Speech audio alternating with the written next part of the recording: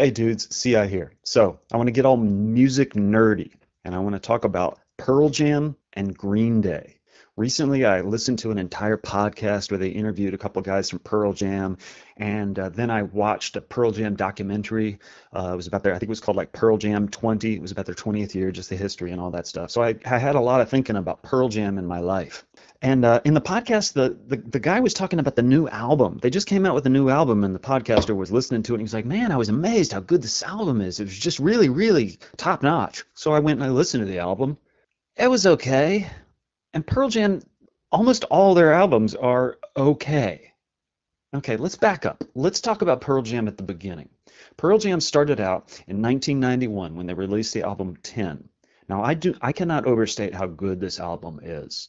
It's transcendent. It's unbelievable start to finish. It's so freaking good. It's Hall of Fame. After that, they came out with the album Versus and the album Vitology. And both these albums were good, very almost very good. They had very good moments and they were definitely good. They weren't transcendent anyway. Since then, they've come out with one, two, three, four, five, six, seven, and now eight albums. And they're all okay. You know, they had two really good albums, one transcendent album, and then a whole bunch of okay albums. Sorry, but that just does not get me excited. That does not tell me that you are a relevant band. Let's look at Green Day now. Green Day started just a little bit before Pearl Jam, like a year before them, and they came out with two albums that were nothing special. 39 Smooth and Kerplunk were just okay, no big deal. And then in 1994, they came out with Dookie, which was their masterpiece. Just like Pearl Jam's album 10 was transcendent, Dookie was transcendent. Start to finish, it was Hall of Fame good. Now, what happened after that? Album that was pretty good, another album was pretty good.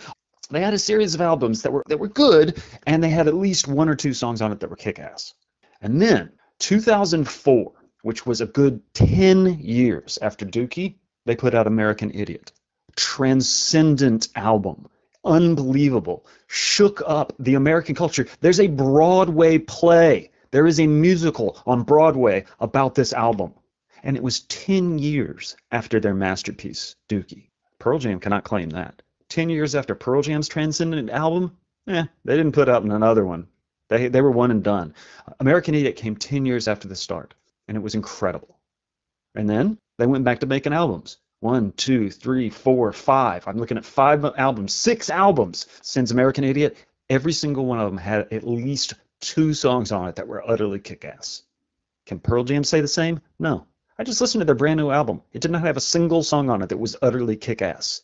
Green Day's most recent album, Father of All Motherfuckers, that has some songs. That's got a couple songs on it that are just incredible.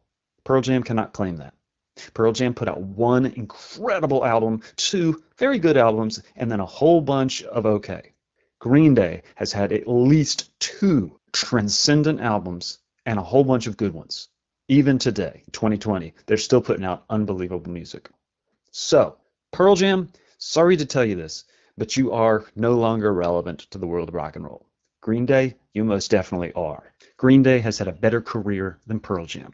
They are more relevant, they are more important, and they are a better band than Pearl Jam. And that is my unpopular opinion.